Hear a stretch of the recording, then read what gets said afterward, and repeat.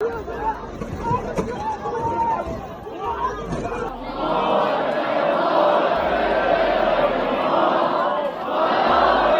जब भी ये सवाल आता है कि भारत में सबसे ज्यादा किस धर्म के लोग रहते हैं, तो सभी की जुबान पर सिर्फ एक नाम आता है और वो है हिंदू धर्म। लेकिन जब कोई पूछता है कि दुनिया में सबसे ज्यादा किस धर्म के लोग रहते हैं, तो इसका जवाब ज्यादातर लोगों को नहीं पता। अगर आपको नहीं पता तो आइए हम बता देते हैं। दोस्तों, आज दुनिया में जिस धर्म को सबसे ज्यादा मानते हैं वह ईसाई धर्म है। वहीं इसके बाद जिसका नंबर आता है वह है इस्लाम धर्म, और इन दोनों के बाद यानी तीसरे नंबर पर जो आता है वो है हिंदू धर्म। और ये सभी धर्म के लोग आज इस दुनिया में काफी हंसी खुशी से रह रहे हैं कि किसी भी धर्म को मानने वाला व्यक्ति दुनिया के किसी भी देश में और किसी भी शहर में रह सकता है। यह नियम सभी देशों पर लागू है, लेकिन आपको बता दें कि शायद अब इस नियम को चाइना फॉलो नहीं करने वाला।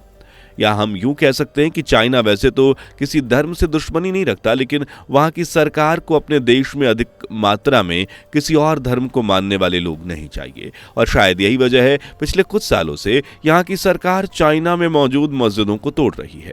जी हां दोस्तों, आपको सुनकर थोड़ा सा अजीब तो जरूर लगा होगा, लेकिन ये बात सच है। इतना ही नहीं, बीते कुछ सालों में यहाँ की सरकार ने सैकड़ों नहीं बल्कि हजारों की संख्या में मस्जिदों या तो पूरी तरह से उन्हें तुड़वाया है या उनकी मरम्मत करके उन्हें नया रूप दे दिया है।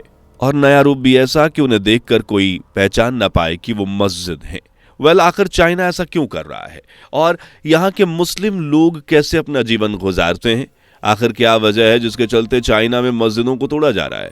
यहाँ की सरकार मुस्लिमों को लेकर क्या कदम उठाने वाली है और यहाँ मुस्लिमों के साथ जो हो रहा है उस पर बाकी मुस्लिम देशों का क्या कहना है? आइए जानते हैं सब कुछ आज के इस वीडियो में। लेकिन इन सवालों के जवाब जानने से पहले अगर आपने अभी तक हमारी वीडियो को लाइक, चैनल को सब्सक्राइब नहीं किया तो जल्दी से कर दीजिए।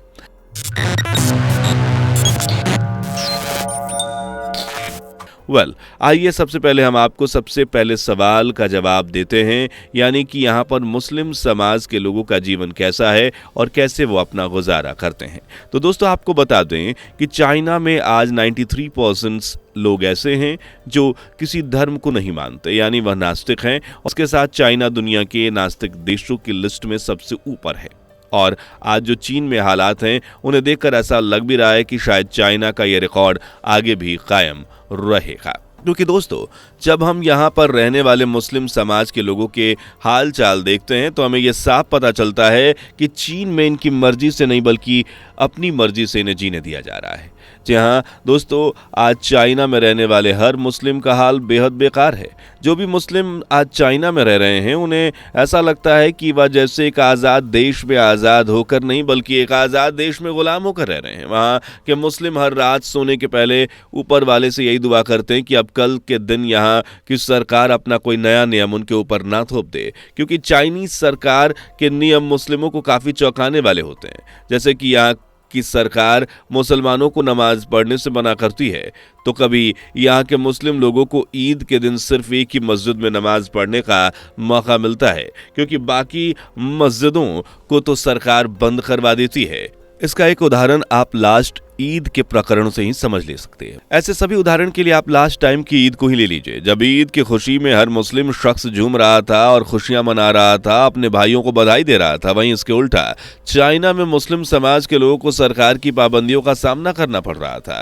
दुनिया के तमाम देशों में रहने वाले मुस्लिमों ने रमजान के पाक महीने को रोजा रखा और नमाज भी पढ़ी, लेकिन चीन में देखा जाए तो इसका उल्टा ही हुआ। वहां पर रोजा रखने पर सरकार ने प्रतिबंध लगा दिया। इतना ही नहीं, यहाँ लोगों को घरों के अंदर भी नमाज पढ़ने की अनुमति नहीं दी गई। अब वैसे तो हम सब हालातों को देखकर ये अंदाजा लगा सकते हैं कि आखिर चीन में रह रहे मुस्लिमों की जिंदगी कैसी होगी, लेकिन फिर भी रिपोर्ट्स के मुताबिक हमें यह साफ तौर पर पता चलता है कि आज यहाँ मुस्लिमों की जिंदगी बद से बदतर हो चुकी है। दोस्तों, अब ये हम जान चुके हैं कि चाइना में रह रहे मुस्लिम्स का जीवन कैसा है और वह कैसे गुजारा करते हैं और उन्हें सरकार द्वारा क्या क्या झेलना पड़ता है। अब आइए जरा बात करते हैं अपने मेन मुद्दे की, यानी यहाँ की मस्जिद को सरकार क्यों तोड़ रही है और अब कितनी मस्जिदें चीन में तोड़ी जा चुकी हैं। फ्रेंड्स, ये तो हम आपको बता ही चुके हैं कि चाइना में तकरीबन 93% लोग नास्तिक हैं और वह किसी धर्म को नहीं मानते, लेकिन रिपोर्ट्स के मुताबिक हमें पता चला है कि चाइना में जो मुस्लिम समाज के लोग हैं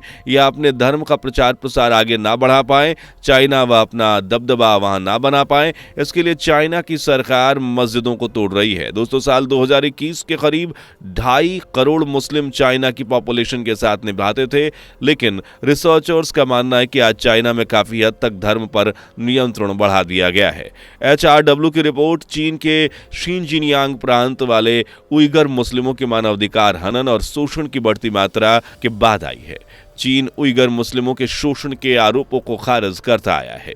बता दें दोस्तों, चीन के ज्यादातर मुस्लिम्स देश के उत्तर पश्चिमी भाग में रहते हैं, जिनमें शिनजियांग, किंघाई और गांसू और निगसिंकिया प्रांत शामिल है।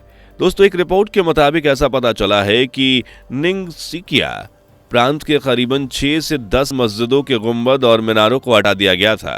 इतना ही नहीं, वहां की कुछ मस्जिदों का तो मेन हॉल भी खत्म कर दिया गया था, जहां पर मुस्लिम नमाज अदा किया करते थे। चीनी मुस्लिमों पर रिसर्च करने वाली एक रिसर्चर्स ने बताया कि साल 2020 के बाद निंगकिसिया में 1300 से ज्यादा मस्जिदों को बंद कर दिया गया है या तो इसके इस्तेमाल को बदल दिया गया है।